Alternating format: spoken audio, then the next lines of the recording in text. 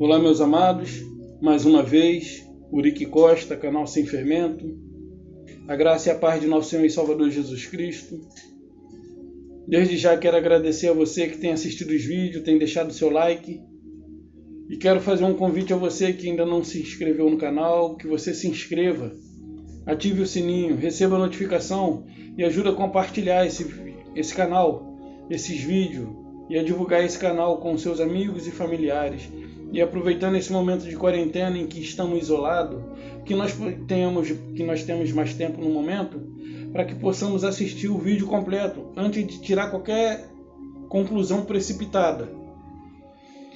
Eu estou com uma pessoa que ela defende a linha da qual eu defendia um tempo atrás, que era de Yarro, Yahushua, Yah.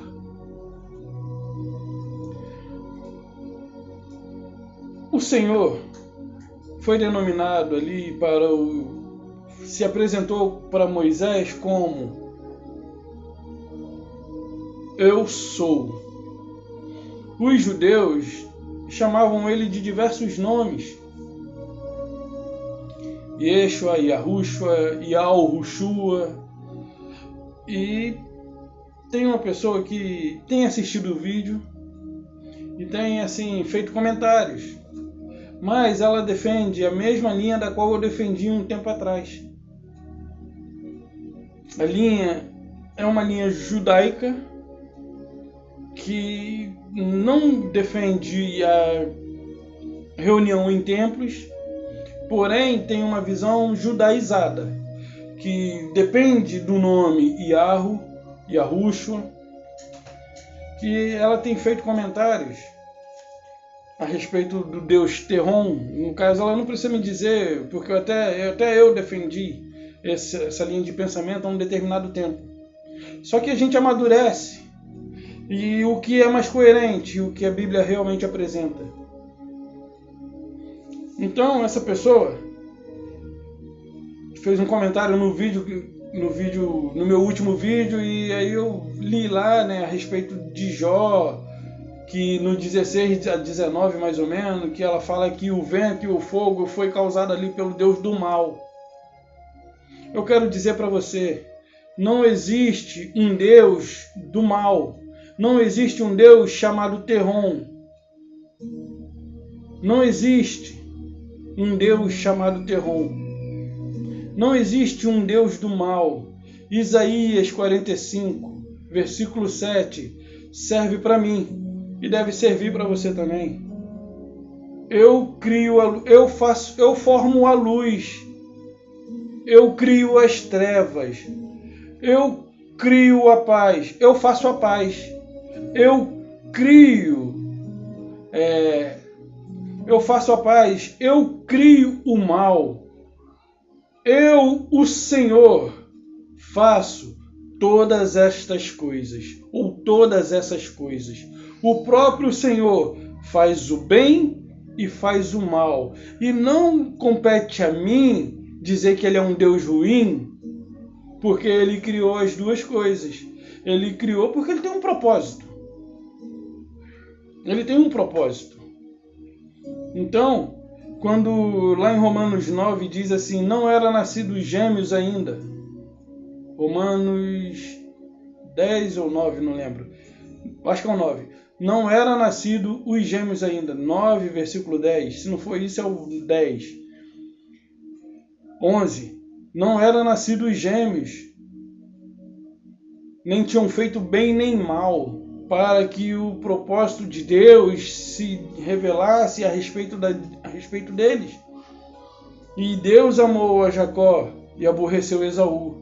Eles ainda não existiam, não tinham feito nem bem nem mal, porém o Senhor já sabia, e o Senhor já havia amado Jacó e aborrecido Esaú. E Deus é injusto por isso? De forma alguma. Como pode o vaso dizer para o seu Senhor, eu queria ser azul, aí o outro, não, eu queria ser vermelho? O olheiro, que tem o controle sobre o barro, dá a forma e a cor que ele quer. E o barro jamais pode questionar com seu Criador. e nós somos o barro. E quem somos nós para discordar daquilo que ele acha que é certo? Afinal de contas, ele é infinito e eterno. Ele conhece todas as coisas até mesmo antes de existirem, porque ele antecede a tudo. E tudo quanto vinha a existir, já existiu, já passou pelo crivo dele. Mas tudo bem. Então essa pessoa, ela defende uma linha de raciocínio judaizado, porém daqueles que não defendem templo, que não dependem de templo, que diz que o templo, tá, beleza. Até nesse ponto aí, beleza. Show de bola. Mas falta agora o entendimento do verdadeiro evangelho. Nós temos que entender que existe 2 períodos na história. Um era uma profecia feita a um determinado povo. E esse povo aguardava o cumprimento dessa profecia, que se cumpriu quando Jesus veio e morreu no madeiro. E a outra parte? Após o madeiro, a vida segue. A vida segue. Mas da mesma forma, não. Antigamente existia a antiga aliança. Na antiga aliança havia-se a promessa. Na antiga aliança o povo era orientado pelos profetas. Deus falava aos homens pelos profetas. E nesse novo pacto, e nos últimos dias, e que últimos dias seriam esses? Os últimos dias foram os dias em que Jesus nasceu. Jesus nasceu já ali no término dos dias, para o cumprimento da promessa que Deus havia feito àquele povo. Porque vindo Gálatas 4:4, vindo a plenitude dos tempos. Plenitude dos tempos está dizendo que algo já se completou. Vindo a plenitude dos tempos, Deus enviou o seu Filho, nascido de mulher, debaixo da lei, para resgatar os que estavam debaixo da lei. É para resgatar ou para deixar? É para resgatar. Cristo nasceu debaixo da lei para resgatar aqueles que não conseguiam sair por si só debaixo da lei. Mas tudo bem, vamos seguir. Então, no novo pacto, não é mais assim. Não há mais a necessidade daquelas observâncias todas. Mas o que eu quero falar com você hoje é a respeito do ide de Jesus e do batismo nas águas, e do fim do batismo nas águas. O ide de Jesus não era uma ordem que Jesus deu aos seus discípulos para pregar a todas as criaturas. Não é para todas as criaturas, mesmo que ele tenha dito em todas as nações. Nós lemos lá em Mateus 28, versículo 19, que ele diz assim: portanto, ide portanto, vamos ver, a todas as nações e fazer discípulos. Vamos ler. Vamos ler Mateus 28.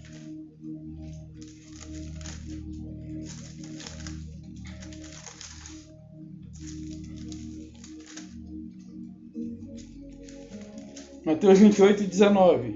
Ide, portanto, fazei discípulos de todas as nações, batizando-os em nome do Pai, do Filho e do Espírito Santo.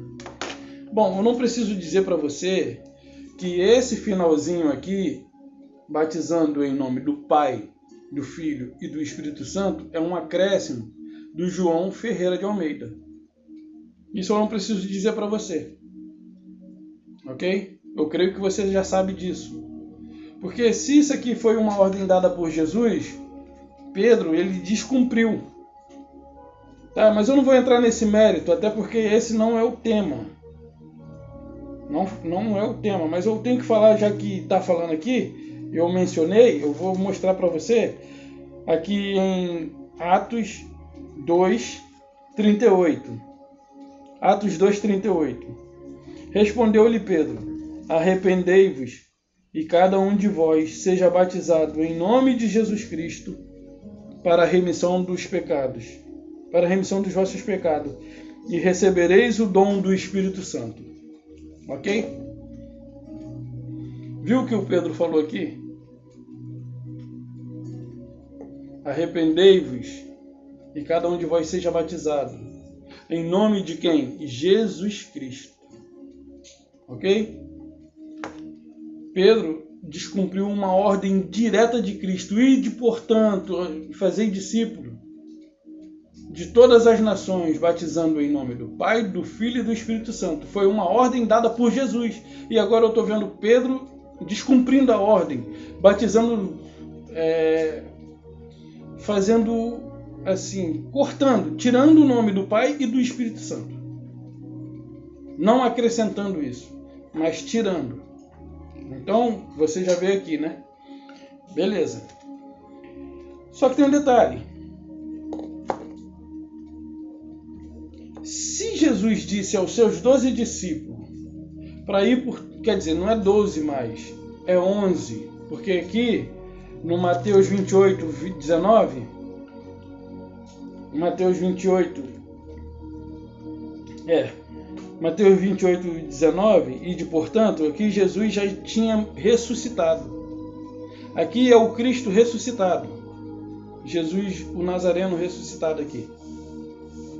Quer dizer, Jesus Cristo ressuscitado. Só que ele apareceu a quem? Ele apareceu em forma de quem? Ele apareceu na forma do Nazareno. Para quem? Para os seus discípulos da circuncisão. Certo? Ele apareceu aos discípulos da circuncisão. Tanto é que quando ele aparece para Paulo, ele não aparece da mesma forma. Olha o que diz aqui. Presta atenção. Preste atenção. Por favor. Mateus 28, versículo 16. Seguiram os 11 discípulos para a Galiléia, para o monte que Jesus lhe designara. Ou seja, os 11. Por que os 11? Judas já havia se enforcado. Por que não os 12? Porque Judas já havia se enforcado. Logo, Cristo já tinha se ressuscitado. E eles seguiram para a Galiléia, para o monte que Cristo havia designado para que eles fossem. E lá eles teriam um encontro com eles. Aí diz assim: seguiram os 11 discípulos para a Galiléia, para o monte que Jesus lhe designara. E quando o viram, o adoraram, mas alguns duvidaram. Jesus, aproximando-se, falou-lhe, dizendo: toda autoridade me foi dada no céu e na terra. Ide, portanto, fazei discípulos de todas as nações, batizando em nome do Pai, do Filho e do Espírito Santo. 20. Ensinando-os a guardar todas as coisas que vos tenho ordenado. E eis que estou convosco todos os dias, até a consumação dos séculos. Somente até a consumação dos séculos. Eu vou estar com vocês até a consumação dos séculos. Depois disso, não mais.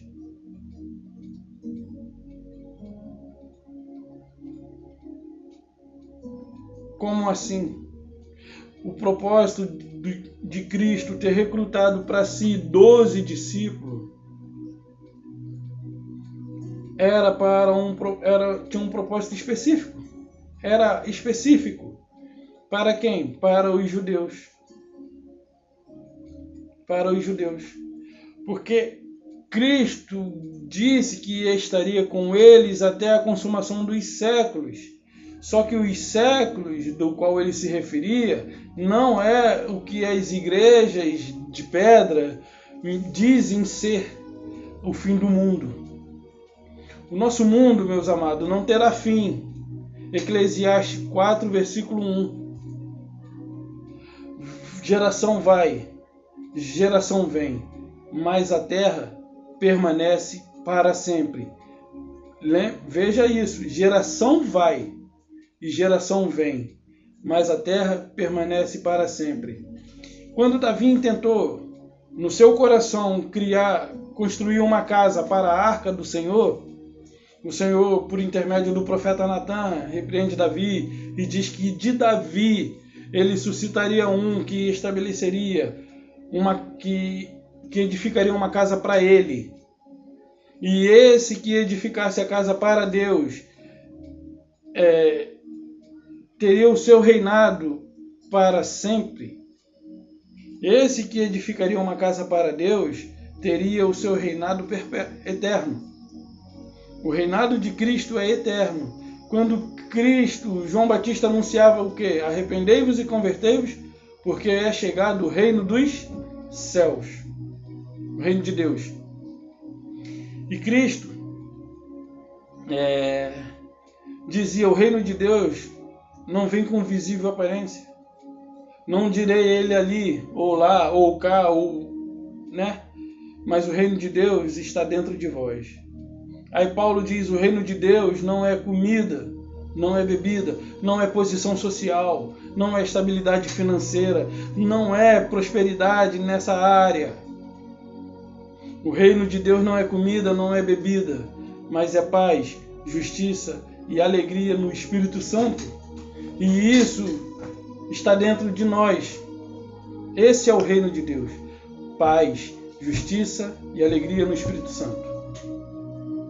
Então, Jesus ordenou os 12 ir ao mundo inteiro e pregar o Evangelho. Mas depois ele chama Paulo. E quando ele chama Paulo, ele dá o Evangelho, ele revela o Evangelho a Paulo.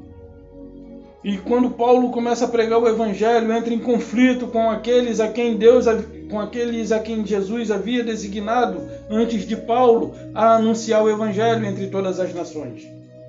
Porque eles falavam de uma certa forma, Paulo falava de outra. A ponto de haver uma divergência entre Paulo e Pedro. Por isso é Pedro, Paulo, Paulo, Pedro, né? Coisa assim. Então, houve uma divergência entre eles. Que Pedro, em companhia de Paulo, Barnabé e alguns demais gentios, estavam ali se banqueteando. E quando Pedro viu a uma certa distância Tiago e João, ele ajeitou-se,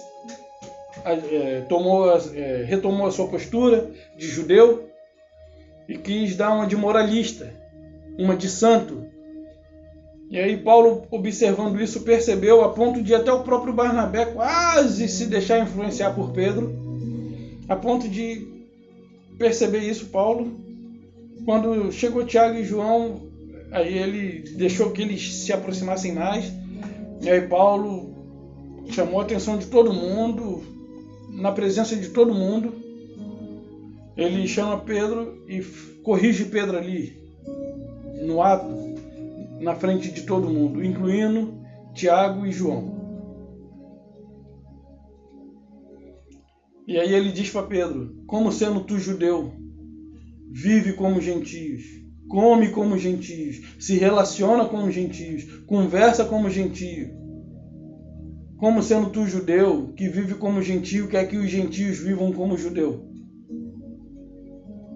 E ali houve uma discussão e mais para frente eles reconheceram. Gálatas 2, versículo 9. Versículo 7, 6, 9 para frente. 6, 7, sei lá. Daí para frente. Então, aí eles reconheceram, entraram no consenso e reconheceram que sobre Paulo estava a responsabilidade de pregar o evangelho entre os gentios. E aí eles disseram a Paulo e a Barnabé, vocês vão aos gentios, eu, Tiago e João, no caso Pedro falando, eu, Tiago e João, nós voltaremos para os da circuncisão. Havia necessidade disso? Dessa distinção? Então, vamos olhar uns textos. Lucas 8.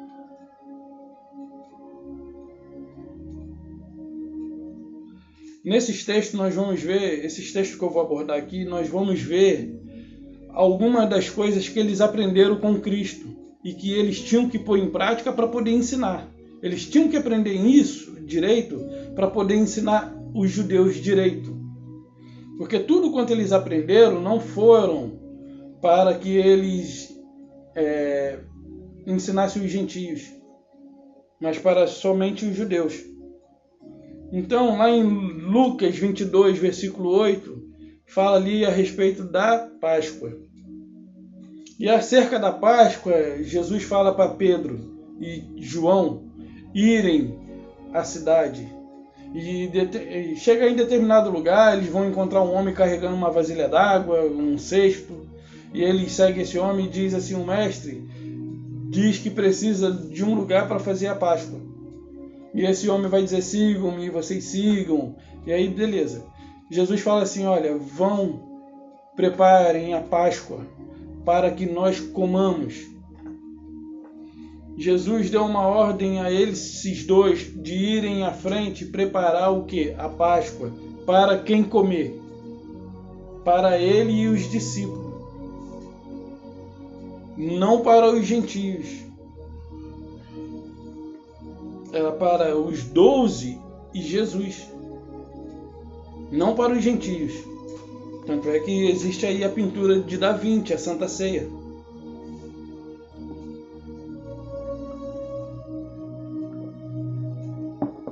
Não tinha gentios, nem foram convidados. E nem foram designados por Cristo para poder fazer parte desse evento, que era sombra de algo que viria depois. Que sucederia isso, né? Então, em Mateus 6,16, fala a respeito do jejum.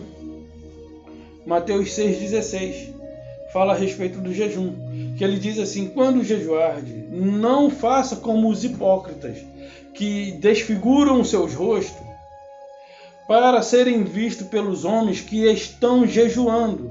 Eu, porém, vos digo que eles já receberam a sua recompensa. O que Jesus quis dizer para ele? Quando vocês jejuar, penteie o cabelo de vocês, lave o rosto, saiam com um semblante feliz, como se vocês não estivessem jejuando, porque o vosso Pai que está no céu vê o que é secreto, vê o oculto, e Ele vos recompensará. Mas se você fizer igual os hipócritas, saiba que a recompensa de vocês vai ser o reconhecimento daquele que percebe. Então ele estava ensinando isso para quem? Para os judeus. Não era para os gentios. Você pode abrir sua Bíblia e ler Mateus 6,16. Mas você pode pegar o contexto que você vai ver que é isso. Lucas 22:8, se você pegar o contexto você vai ver que é isso. A Santa Ceia foi dada ali, preparada ali por Pedro e João para quem? Para os 12 e Jesus. E agora ele vem trazendo um ensinamento sobre o jejum para quem? Para os judeus. Vocês, quando jejuares, Jesus andava com judeu ou com ímpio? Com judeu ou com gentio? Tinha ímpio andando com Jesus? Tinha. Mas esse era ímpio judeu. Ímpio e gentio são coisas diferentes. Ímpio é perverso. E quem matou Jesus? Os judeus ímpios, os judeus perversos. Então, ele deu um parecer a respeito do jejum para os seus discípulos poderem ir cumprir a sua missão, ensinando aquilo que ele havia ordenado, que eles observassem. Porque eles iriam fazer discípulos e os discípulos dele teriam que observar os ensinamentos que Jesus deu a eles. E o próximo é o dízimo. O dízimo. Jesus, ele chega em Mateus 23,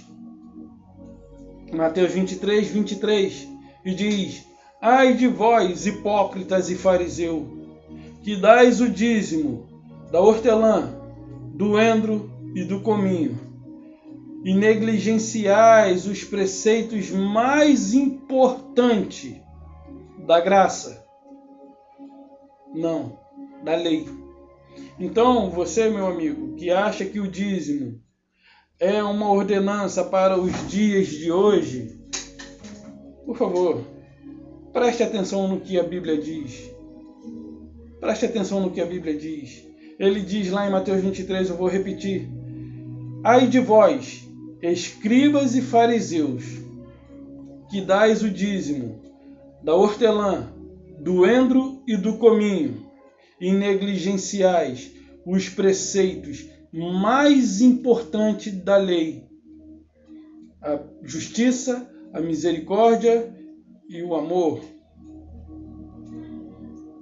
Então, ele está dizendo, não é para que vocês deixem de dar o dízimo dessas coisas, mas vocês devem dar sem negligenciar as outras.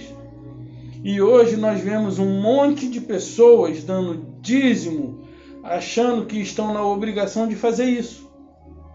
Porque tudo quanto eles aprenderam no sistema religioso, para eles é verdade. E tudo quanto eu falo aqui para vocês, através deste pequeno canal, é uma grande heresia. Porque, infelizmente, o sistema religioso está aí há mais de 2000 anos, tirando lucro da ingenuidade das pessoas, tirando proveito da falta de conhecimento. A Bíblia diz que o povo é destruído porque lhe falta conhecimento, mas tudo bem, vamos lá, vamos seguir aqui. Então, você que pensa que o dízimo é uma ordenança para os dias de hoje, fique sabendo você que não é. Você prestou atenção no que eu li? Vou repetir. Não li, eu proclamei, aclamei aqui. E vou fazer de novo. Vou proclamar mais uma vez esse versículo. Ai de vós, escribas e fariseus, que dais os dízimos da hortelã, do endro e do cominho, porém negligenciam as coisas mais importantes da lei. Por exemplo, dar o dízimo nos dias de hoje é a mesma coisa que eu me submeter debaixo da lei de Moisés. Vamos ver? Vamos ler. Agora eu vou ler mesmo, para ver se é isso que eu estou falando. Porque pode ser eu que esteja inventando, né? Mas vamos ler. Agora eu vou abrir a Bíblia. Eu vou abrir aqui.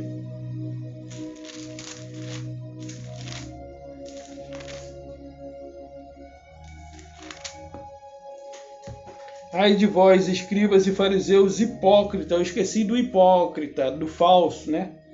Ai de vós, escribas e fariseus hipócritas, porque dai o dízimo da hortelã, do endro e do cominho, e tendes negligenciado os preceitos mais importantes da lei: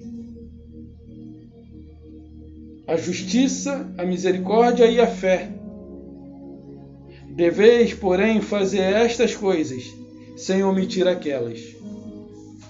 Ou seja, eles deveriam dar o dízimo de tudo quanto eles produziam, mas eles tinham também que exercer a justiça, a misericórdia e a fé.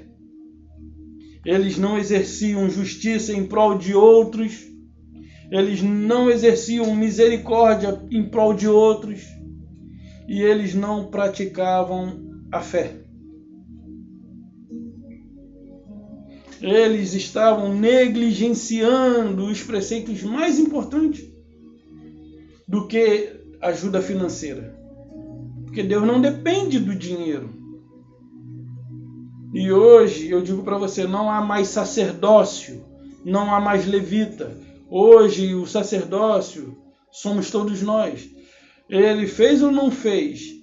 Hoje todos nós somos reis e sacerdotes e reinarão sobre a terra. Ou reinarão para sempre. Em uma passagem diz reinarão para sempre. Em outra passagem diz reinarão sobre a terra. E quando eu digo reinar sobre a terra, eu não digo que nós deixaremos esse corpo, receberemos um corpo glorificado e depois voltaremos a habitar nessa terra com esse corpo glorificado. Não estou falando disso. O que eu estou dizendo com relação ao reinar nesta terra é que geração vai, geração vem, e tantas quantas forem, e tantas quantas vierem, reinarão e para sempre será assim, porque o reino de Cristo é um reino eterno e o seu reino foi estabelecido sobre a terra. Pai nosso que estás no céu, santificado seja o vosso nome. Venha a nós o teu reino, seja feita a tua vontade, assim na terra como no céu. Venha a nós o teu reino. Jesus estava onde quando pediu que o reino de Deus viesse? Na terra. Então ele pediu e Deus não deu? Venha a nós o teu reino. Aí eu pergunto, João Batista estava pregando, arrependei-vos e convertei-vos, porque chegará. Arrependei-vos e convertei-vos, porque chegará um dia em que Deus estabelecerá o seu reino. Arrependei-vos e convertei-vos, porque é chegado o reino dos céus, o reino de Deus. E o reino de Deus chegou e já estamos incluídos nele. Então, o ide de Jesus para os 12 tinha a responsabilidade, tinha o compromisso com a casa de Israel. Vamos prosseguir. Mais um ensinamento. O dízimo, meu amigo, que é sabatista, que diz que guarda as leis morais e não guarda as leis cerimoniais. Acho que você vai cair do cavalo agora, né?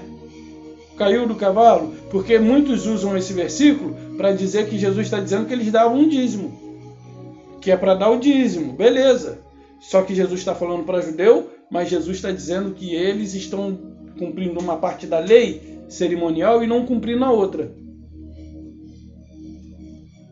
Porque o dízimo não vem da lei dos 10 mandamentos.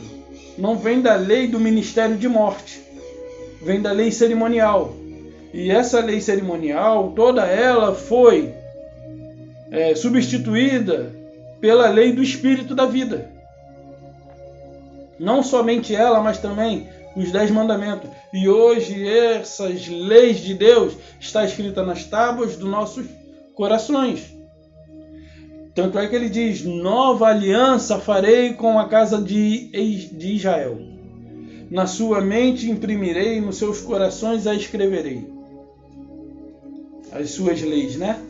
Então, é uma nova aliança, estamos vivendo numa nova aliança e só vive debaixo da velha aliança aquele que ainda não teve a compreensão do que Cristo fez por ele, da conquista que Cristo realizou por ele, e está deixando de usufruir da companhia de Cristo, da presença e das promessas e das conquistas que ele conquistou para nós. Hoje eu sou livre, feliz e sem nenhum rumor de nada com relação a nenhuma espécie de medo do meu amanhã. Mas tudo bem, vamos prosseguir aqui, ver mais um ensinamento. Uma outra coisa que Jesus fez foi lá em Mateus 8, versículo 4, que ele fala para aquele leproso, né?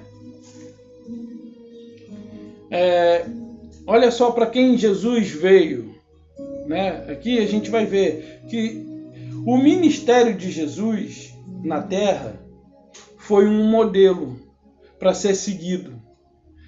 Jesus aqui na terra, ele era um modelo para ser seguido. Jesus, o Nazareno, era o modelo que Deus queria, que Deus trouxe para que os seus escolhidos imitassem. Jesus, o Nazareno, era um modelo que Deus trouxe a esse mundo para que os seus escolhidos, os judeus, o imitassem. Ok? Para somente os judeus. Claro que se eu olhar para ele eu vou ver coisas maravilhosas a respeito do seu caráter, a respeito da dispensação, do amor que ele tinha para com todos, da abnegação de si mesmo. Eu só vou ver coisas boas.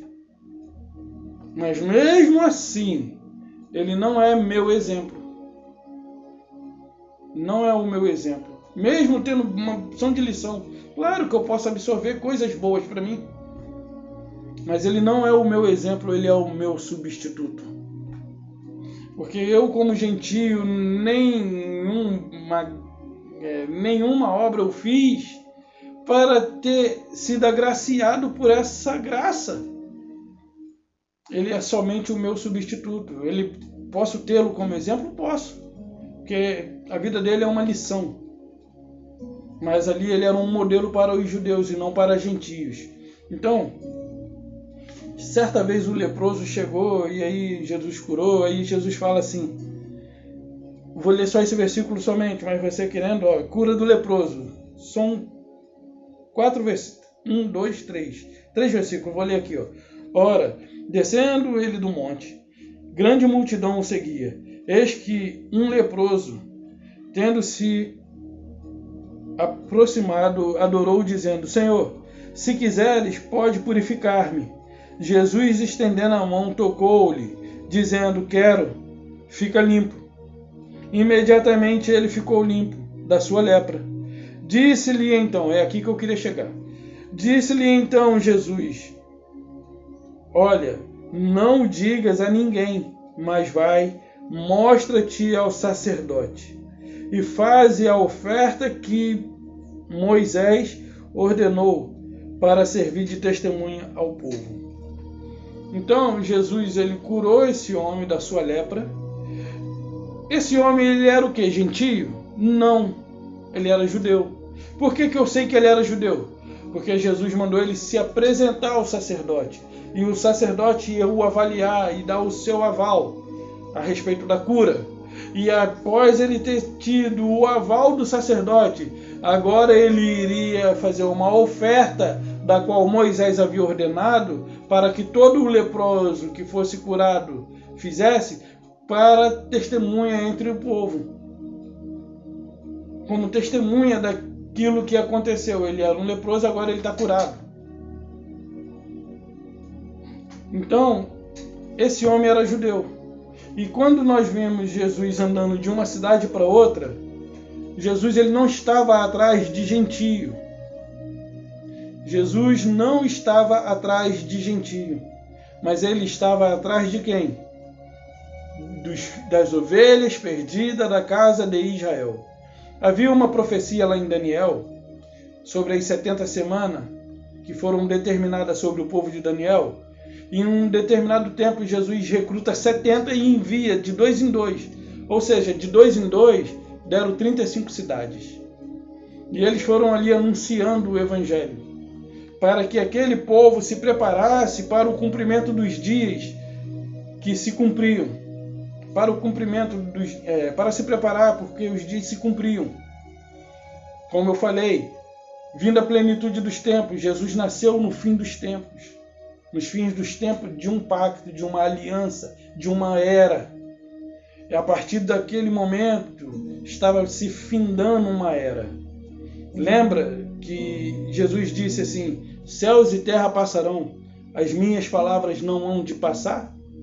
Quando ele falou ali céus e terra, muitas pessoas pensam assim, caramba, o céu e essa terra aqui vai passar. Mas as palavras de Jesus não. Não é dessa forma que se entende. Jesus estava ali falando a respeito da velha aliança, do velho pacto que havia entre a terra e o céu. Deus ele se comunicava ao homem por meio dos profetas. E hoje? Hoje ele habita em mim. Hoje ele habita em você. Deus ele se comunicava, ainda o homem sendo mau, ele escolheu um para falar por meio dele. E aí a Bíblia diz assim, havendo Deus no antigo pacto falado aos pais pelos profetas, nestes últimos dias nos falou por meio de quem? Do seu Filho. Lá em Hebreus. Últimos dias? Últimos dias de quê? Então, é aquela questão, até a consumação dos séculos, Jesus nasceu debaixo do fim dos tempos para resgatar os que estavam debaixo da lei e não tinham condição de, por si mesmo, saírem. E aí, nos últimos dias, Deus falou por meio do seu próprio Filho aos homens, e não mais pelos profetas. Confirmando aqui, até a consumação dos séculos, que se sucedeu com a queda do Templo de Jerusalém. Então, o novo céu e a nova terra deixaram de existir. O velho pacto, a velha aliança, não tem mais validade nos nossos dias. Porque João disse lá em Apocalipse, vi novo céu e nova terra. E o novo céu e a nova terra é a nova aliança né? É o novo pacto, é a graça. É a graça do Espírito. É a lei do Espírito da vida. Então, naquela condição, havia necessidade de se observar, pagar preço e isso e aquilo. Porém, eles não tinham a responsabilidade de pregar entre os gentios. Mas quem é que tinha a responsabilidade de pregar entre os gentios? Paulo. Só que eu quero dizer uma coisa para você. Pedro, Tiago, João, Mateus, né? Tobias, Filipe, André, né? Judas e outros aprenderam o evangelho com quem? Com Jesus. E Paulo? Paulo aprendeu com Cristo, este ressuscitado.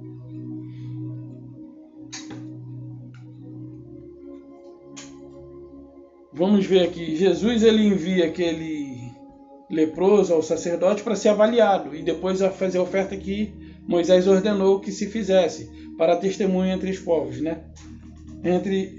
Para testemunho ao povo. E lá em Mateus 8, versículo 4, deixa eu ver se é isso mesmo.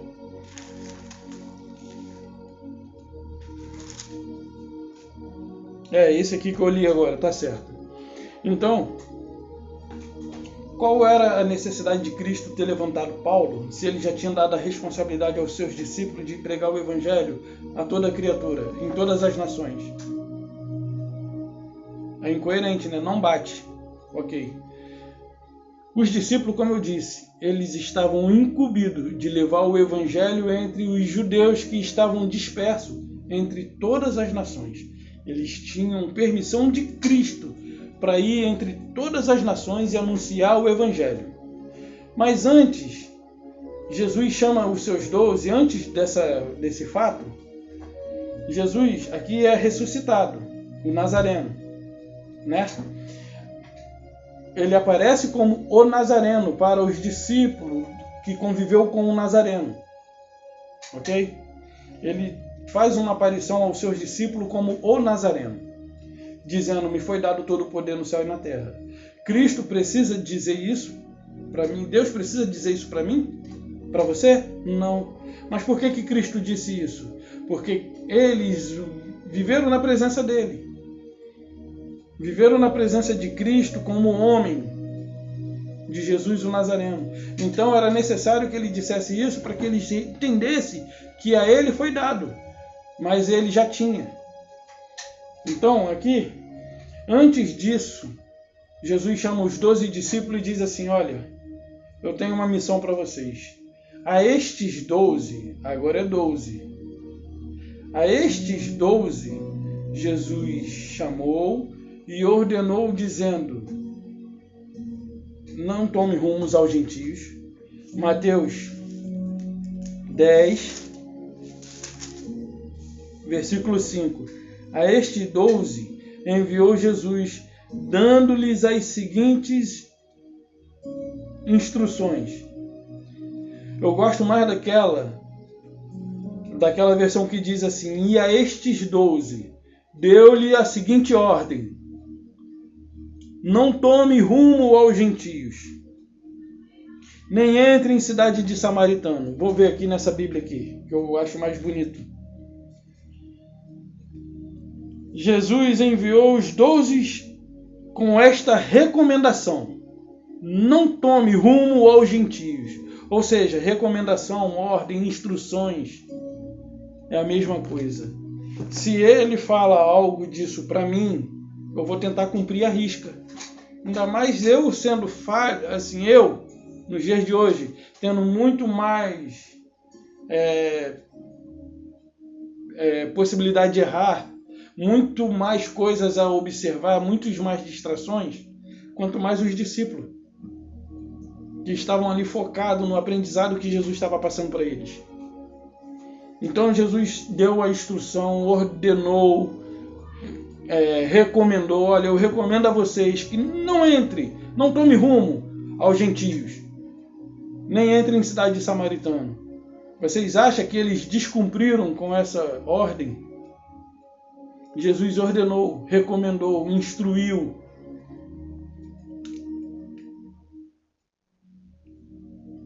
Aqui eles não tomassem rumo aos gentios, nem entrassem em cidade de samaritano. Mas o que eles deveriam fazer? Mas ir diante as ovelhas perdidas da casa de Israel. Então a ordem de Jesus é, olha, não percam tempo com gentios, não é para agora. Não é vocês que vão anunciar o evangelho aos gentios. Eu não quero que vocês se metam com os gentios. Não tome rumo aos gentios. Se vocês fizerem isso, eu vou ficar sabendo. E se eu ficar sabendo, eu não vou gostar. Tipo assim. Não tome rumo aos gentios. Ir diante, nem entre na cidade de Samaritano. Ir diante as ovelhas perdidas da casa de Israel. Porque o que eu tenho com os gentios é para um tempo mais futuro. É para frente. Ok? Então eles tinham essa ordenança de Jesus para não irem atrás de gentio, mas eles tinham a necessidade de alcançar o maior número possível de judeu, porque ele não veio para que os seus se perdessem. Ok? Então vamos ver o que ele disse para Paulo. Para esse aqui ele diz, olha, vocês vão pregar o evangelho por todo mundo, mas não perca tempo com os gentios, não vai atrás dos gentios. Só que aqui em Atos 22,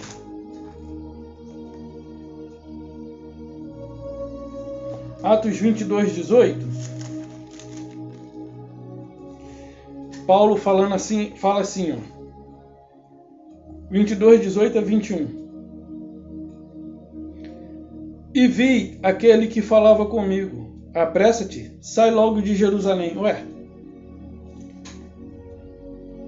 para os discípulos, Jesus falou para eles ir às ovelhas perdidas da casa de Israel, não importa em que lugar eles estivessem. Aí aqui para Paulo ele fala, sai logo de Jerusalém. Porque não receberão o teu testemunho a meu respeito. Eu disse, Senhor, eles bem sabem que eu encerrava em prisão e nas sinagogas açoitava os que criam em ti. Os que criam em ti. Quando se derramava o sangue de Estevão, tua testemunha, eu também estava presente. Consentia nisso e até guardei as vestes dos que o matavam. Mas ele me disse, Paulo está falando aqui, mas ele me disse, vai, porque eu te enviarei para longe aos gentios. Então, quando Jesus disse aos seus discípulos, ide por todo mundo, pregar o evangelho, ide por todo mundo, fazer, peraí, deixa eu ver para não falar errado. Ide, portanto, por todas as nações, coisa do tipo. Vamos ver aqui.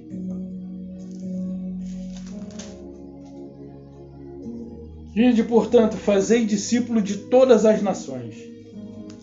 Não inclui ao longe, aos gentios? Fazei discípulo de todas as nações. Não está incluído ao longe, aos gentios? Ao longe até está incluído, mas aos gentios não. Porque aos gentios ele disse, não quero que vocês tomem rumo aos gentios. Vocês não têm o que dizer para gentios. O que eu tenho para fazer com os gentios é diferente. Vocês não estão preparados e vocês não são capacitados por mim para falar com eles. Vocês não têm a minha permissão para tomar rumo aos gentios. Porque eu tenho um vaso preparado antes da fundação do mundo para esse propósito que eu já designei. Antes que o mundo existisse. E quem era esse vaso? Paulo. Ok? Então, vamos ver aqui Romanos, só para a gente ter uma compreensão, porque uma pessoa falou assim, tu está colocando Paulo acima de Jesus. Não estou colocando Paulo acima de Jesus.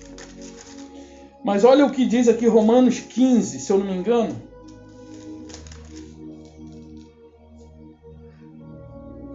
Olha o que diz Romanos 15. É o mesmo capítulo com versículos. Um é o 8, o outro é o 16. Vamos ver aqui o que Paulo fala a respeito do ministério de Cristo e o que Paulo fala a respeito do seu próprio ministério. 8.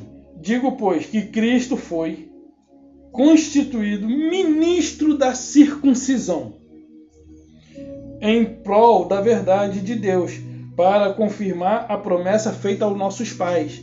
O próprio Deus se fez ministro da circuncisão para confirmar a promessa que havia sido feita aos judeus. Mas agora vamos ver o que Paulo diz a respeito do seu próprio ministério, do próprio ministério que ele recebeu de Cristo, a respeito dele mesmo. Para que eu seja ministro de Cristo. É que eu pulei, tá, pessoal? Se vocês lerem, vocês vão entender. Eu pulei aqui, Paulo está falando no 8 a respeito do ministério de Cristo, e agora ele está falando a respeito de quem ele é com relação ao ministério que ele recebeu de Cristo. Para que eu seja ministro de Cristo Jesus entre os gentios, no sagrado encargo de anunciar o Evangelho de Deus, de modo que a oferta deles seja aceitável, uma vez santificada pelo Espírito Santo. Então, o Cristo foi ministro, foi feito por Deus ministro para a circuncisão. E Paulo foi feito ministro por Cristo para os gentios. Então, até Cristo, se ele viesse nos dias de hoje, ele não teria uma palavra para mim nem para você. Ele teria uma palavra para os perdidos da casa de Israel. Lembra que ele veio? Eu não vim senão para a casa perdida, senão para as ovelhas perdidas da casa de Israel. Lembra da mulher Ciro-Fenícia, da mulher cananeia? Que ela se aproxima, Senhor, socorre-me, que minha filha sofre terrivelmente endemoniada e é expelida no fogo, coisa do tipo. Aí ele, mulher, não é lícito tirar dos filhos e lançar os cachorrinhos. Jesus andou nessa terra no seu ministério terreno, não atrás de gentio, mas ele veio na tentativa de reconciliar consigo o povo que havia se perdido. As 10 tribos se perderam quando Jeroboão, ali no final do reinado de Salomão, ou no período ali de Salomão, que eles, assim, se dissiparam, se espalharam pelo mundo. E os portugueses, e os ingleses, os franceses, os alemãos, e os holandeses, os espanhóis, quando chegaram aqui no Brasil, mas mesmo os portugueses, quando chegaram no Brasil, que se depararam com os índios, ficaram estupefatos. Ué, de onde vieram esses povos? Porém, eles sabiam que eles descendiam das 12 tribos da casa de Israel, só não sabia de qual dos filhos de Noé eles eram descendentes. Mas eles sabiam que eles eram descendentes das 12 tribos, das 10 tribos de Israel, que se perderam. Só que isso está registrado no livro de história do Brasil. Mas tudo bem, não vou entrar nesse mérito. Então aqui, Paulo é constituído ministro de Cristo para os gentios. E Cristo é ministro de Deus para os judeus. Ok? Ficou bem claro, né? Então vamos ver. Os discípulos que andaram com Jesus, nesse intensivão de 3 anos e meio, eles tinham uma mensagem, e a mensagem que eles tinham era única e exclusivamente para judeu. E indo entre as nações, qualquer judeu que eles encontrassem, eles tinham uma mensagem para eles. Eles eram os mensageiros para judeus. E eles tinham a incumbência de revelar o propósito de Cristo para que eles pudessem também ter a oportunidade de salvação, porque naquela época era olho por olho, dente por dente. Assim, eles teriam que cumprir toda a lei, ok? Eles tinham que cumprir, mas no ministério da lei do Espírito de vida, não é assim, é diferente. Vamos continuar aqui. Então, como eu falei agora a respeito do fim do batismo, eu vou ler o mais rápido possível aqui, tá, pessoal? Atos 1:5, Jesus ressuscitado falando aos discípulos. Atos 1, versículo 5.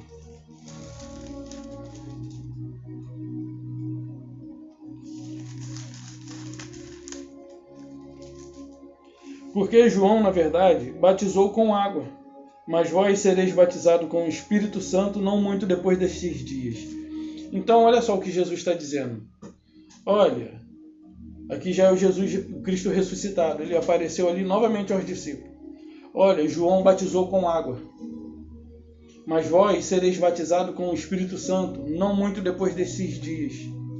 João batizou, não há mais necessidade de batizar. Mesmo assim, os batismos ainda estavam acontecendo. Os batismos ainda estavam acontecendo.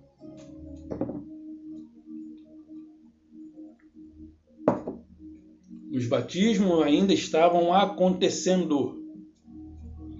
Porque o templo ainda estava de pé. E os costumes não foi uma coisa assim radical. Não foi uma coisa repentina. Ele já havia chamado Paulo, porém, não, ele ainda não havia chamado Paulo, ainda não. Ele já estava preparando para que Paulo iniciasse a ministração do Evangelho da Graça, porém o templo estava de pé e os costumes não se deixam assim de uma hora para outra. Não foi uma coisa radical. Então, conforme ele chamou Paulo, e as coisas foram se mesclando. Tanto é que Paulo disse: eu batizei alguns, e os que Paulo batizou era judeu, não era gentio. Então, vamos prestar atenção aqui. João batizou, mas vocês serão batizados no Espírito Santo não muito depois destes dias. O batismo de João é para ser continuado ou você pode ignorar? É para ser ignorado, assim como o dízimo e todas as outras coisas que provêm da lei cerimonial e da lei moral. Da lei moral não vou dizer para você abrir mão, ok? Porque elas foram implantadas e escritas e gravadas na tábuas do nosso coração. Nós sabemos que matar, roubar, cobiçar, tudo isso é errado. Tudo isso traz consequências ruins para nós mesmos, ok? Então, batismo é da lei cerimonial, dízimo é da lei cerimonial e outras coisas mais da lei cerimonial. Vamos ver aqui, Efésios 4. Quero ser o mais rápido possível. Eu já fiz um vídeo e o celular fechou. Espero que ele não feche agora. Efésios 4, 4 e 5. Há somente um corpo e um espírito, como também foste chamado numa só esperança da vossa vocação. Há um só Senhor, uma só fé, um só batismo. É um só batismo. Ou é no Espírito Santo ou é nas águas de João Batista. E aí você vê pessoas buscando batismo nas águas e buscando batismo do Espírito Santo. Jesus mesmo disse aos discípulos: João batizou, ficou no passado. Batizou, não batiza mais. Ah, é porque João estava morto? É essa desculpa, porque João estava morto, mas a gente tem mais textos para olhar. Batizou, não batiza mais. Vamos abrir aqui em Romanos 11, versículo 13. Eu vou correr um pouquinho mais.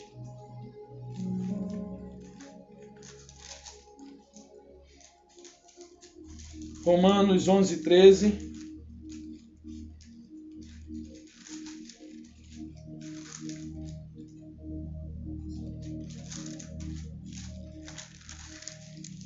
E eu já vou abrir um outro texto aqui também. Romanos 11, 13. Diz assim: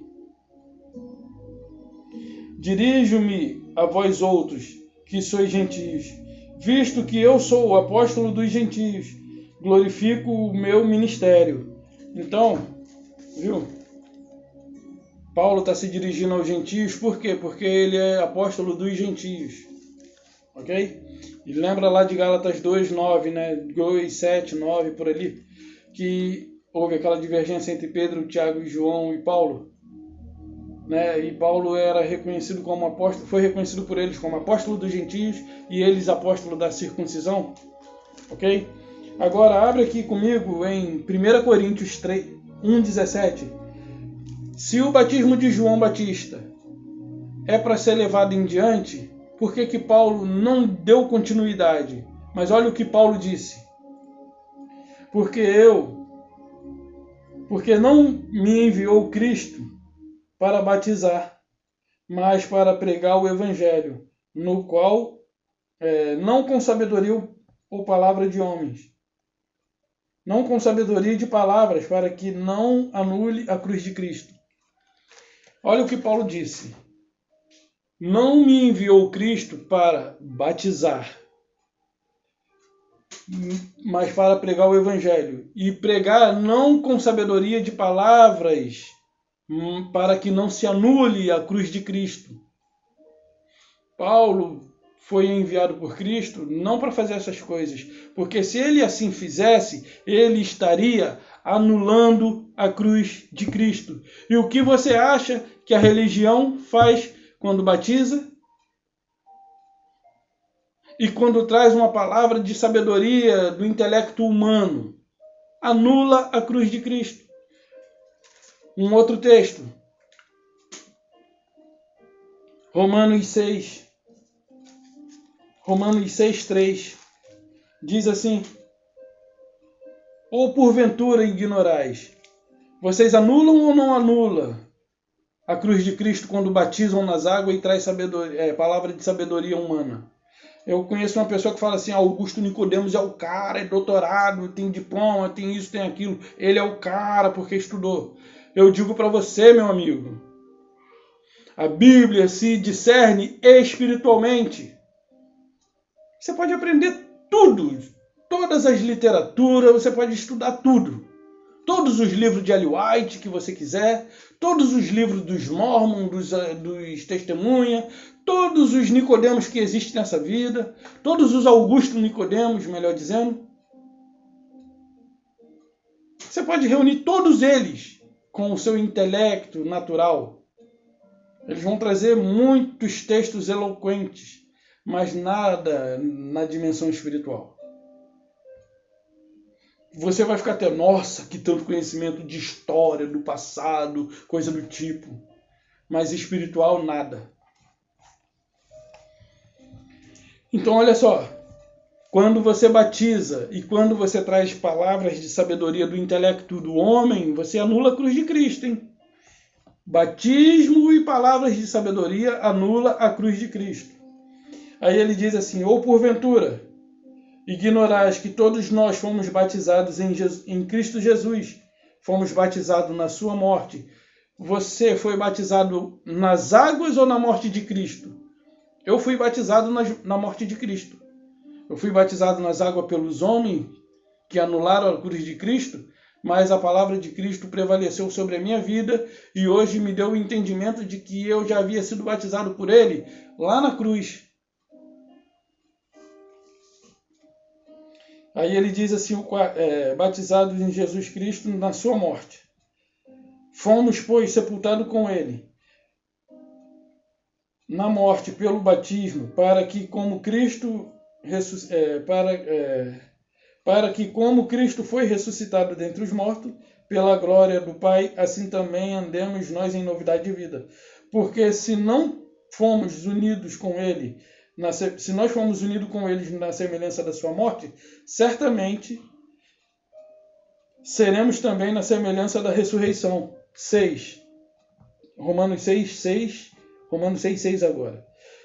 Sabendo isto, que foi crucificado com Ele o nosso velho homem, para que o corpo do pecado seja destruído e não sirvamos mais ao pecado como escravo.